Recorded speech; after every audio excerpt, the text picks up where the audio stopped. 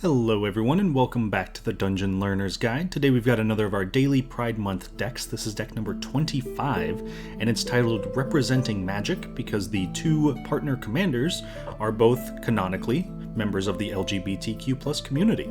So, starting off, if you're not sure what we're doing here, we are building a commander deck using two non-partner commanders, working with a budget of $100 or less and using this as a way to celebrate the diversity of the LGBTQ+ community every day for all of June. So like I said, our commanders are both canonically members of the LGBTQ+ community, and today they are Will, Scion of Peace, and Vadrik, Astral Archmage. So Will is 1 white-blue for a 2/4 legendary creature human wizard. He's got vigilance, and he can tap, and spells you cast this turn that are white and or blue cost X less to cast, where X is the amount of life you gained this turn, activate only as a sorcery. Then Will's partner, Vadrik, is 1 blue-red for a 1/2 legendary creature human wizard. If it's neither day nor night, it becomes day as Vadrik enters the battlefield. Instant and sorcery spells you cast cost X less to cast, where X is Vadrik's power, and whenever day becomes night or night becomes day, put a +1/+1 counter on Vadrik. So you'll notice that both of these creatures want us to be casting a bunch of very expensive spells and making those spells cheaper. So to that end, let's take a look at some of our themes for today and kind of piece apart what our deck is trying to do. So the first thing, obviously, is going to be benefiting us from casting spells. And we have a ton of creatures that make creature tokens whenever we cast a non-creature spell. A good example of that is Monastery Mentor, which is 2 and a white for a 2/2 creature human monk. It's got prowess, and whenever you cast a non-creature spell, make a 1/1 white monk creature token with prowess.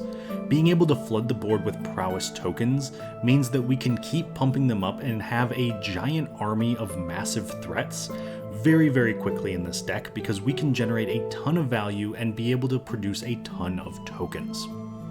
Moving on to our second theme of the deck, this one is life gain.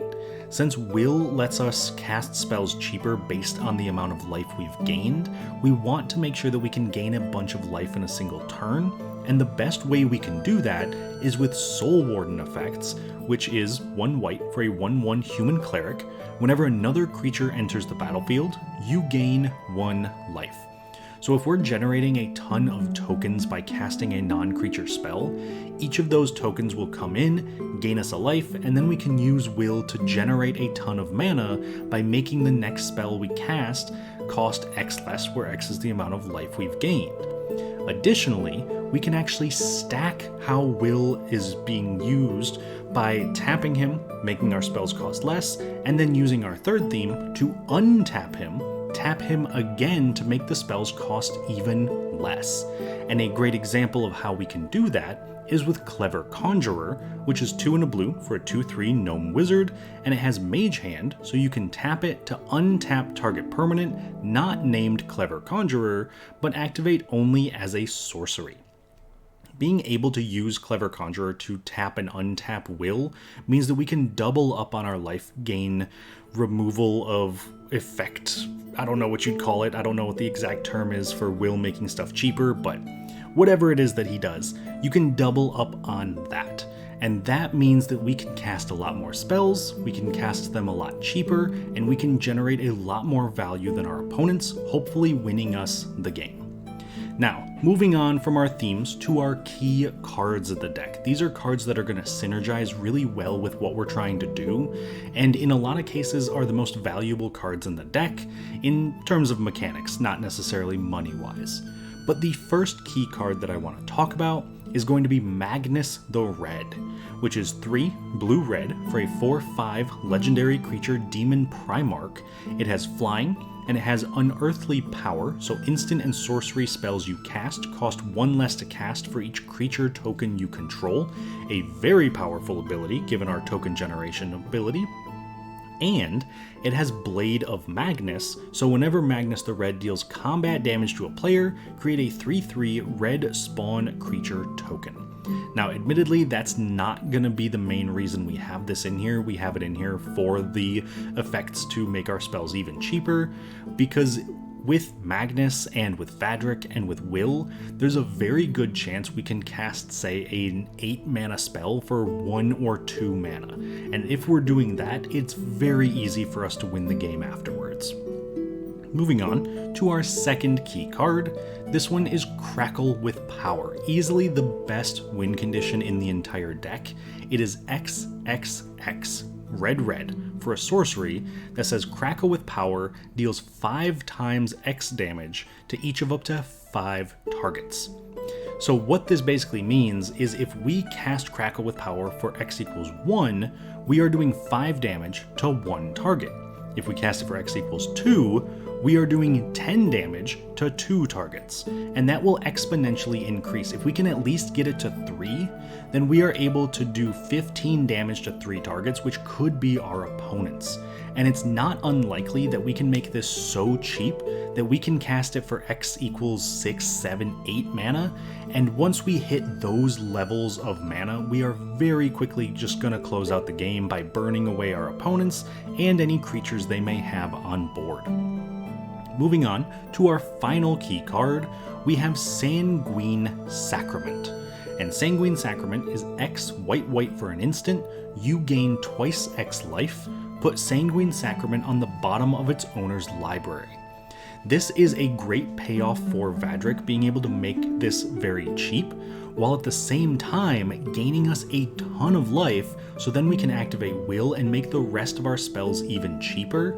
Plus, we could activate Will, have Vadrik in play, maybe even Magnus the Red in play, a bunch of tokens. Sanguine Sacrament, even for say 10, means we gain 20 life. Then we can untap Will, tap Will again, and all of a sudden all of our spells cost 20 less to cast, so all of our X spells are going to be tremendously powerful for very little mana input. That, though, is the end of our key cards section for today. So the next thing we're going to do is talk a little bit about some cool interactions in the deck. And these are cards that synergize really well with each other, but in a lot of cases are just fun cards that I want to highlight. So starting off, our first cool interaction is between Hinata, Dawn-Crowned, and Gridlock. So Hinata is 1 blue, red, white for a 4/4 legendary creature Kirin Spirit. It has flying, trample, spells you cast cost 1 less to cast for each target, and spells your opponents cast cost 1 more to cast for each target. So essentially, what we can do is use Gridlock with Hinata in play, which is X and a blue for an instant, that simply says tap X target non-land permanents. This works in a way that if we have Hinata, Gridlock is essentially 1 blue mana to tap every single non-land permanent our opponents control, because it's going to cost 1 less to cast for each non-land permanent we target. So we target 5 things, it would be 5x for the blue, and then because of Hinata, it is 5 less, meaning it's still just 1 blue. So this is a great way to really just clear away the board. We don't really want to board wipe in this way because it's a lot harder to do, but tapping down all of our opponent's creatures and artifacts, enchantments, planeswalkers, whatever, means that we can get in for damage with all of our creatures and not have to worry about anybody blocking. Moving on though, to our second cool interaction. This one is between Approach of the Second Sun and Sphinx's Revelation. So Approach of the Second Sun is one of the main win conditions in the deck, because if we can make it very cheap, it's just 1 white mana, but other than that, it is 6 and a white for a sorcery. If it was cast from your hand, and you've cast another spell named Approach of the Second Sun this game, you win the game. Otherwise, put Approach of the Second Sun into its owner's library 7th from the top, and you gain 7 life. Because a lot of our spells are going to be very, very cheap, it's not unlikely that we cast this for 1 white mana, and then we're able to cast Sphinx's Revelation, which is X white blue blue for an instant. You gain X life and draw X cards. So if we are able to make our spells cost 7 less, then for 1 white mana, we cast Approach of the Second Sun. Then for 1 white blue, we're able to cast Sphinx's Revelation, which, since it costs 7 less, means we draw 7 cards, so we then draw the Approach of the Second Sun, and can cast it again for 1 white mana, winning the game on the spot. And that is a grand total of only 5 mana spent on our turn, as long as we have Will that's able to gain us a ton of life, which Approach of the Second Sun gains 7 life, so will automatically make Sphinx's Revelation cost 7 less, plus we have Vadrik and Magnus and all of these other effects that make our spells cheaper, so it is not unlikely that the turn we cast Approach of the Second Sun for the first time is the same turn we cast it the second time and win the game. That, though, brings us to the end of our cool interactions, so the final piece of this deck tech is to take a look at the price of the deck. And today, the deck came in at $62.01, with the most expensive card being Reiterate at $4.63. And Reiterate is one of the best spells to have in a deck that wants to make your spells cheaper, because it is 1 red for an instant with a buyback cost of 3, and it says copy target instant or sorcery spell. You may choose new targets for the copy. If we make Reiterate cost 4 less mana, we can actually spend 2 red mana and pay the buyback for free, meaning that this can very easily just go infinite with some other effects in the deck, or just generate a ton of token effects because we can keep putting it back in our hand, keep copying spells, put it back again, copy stuff again, and go over and over and over until we just run our opponents over with value. That, though, is the end of our deck tech for today. So thank you all so much for everybody who's been watching this, whether it's just starting in now or if you've been watching the whole time. I really do appreciate it. I would love it if you would also like this video and subscribe to the channel. We are getting so close to 2,000 subscribers. I would love to hit that goal by the end of the month. So once again, thank you to everybody for watching. If you want to support the channel a little bit above and beyond, you can also find us over on Patreon or right here as a channel member.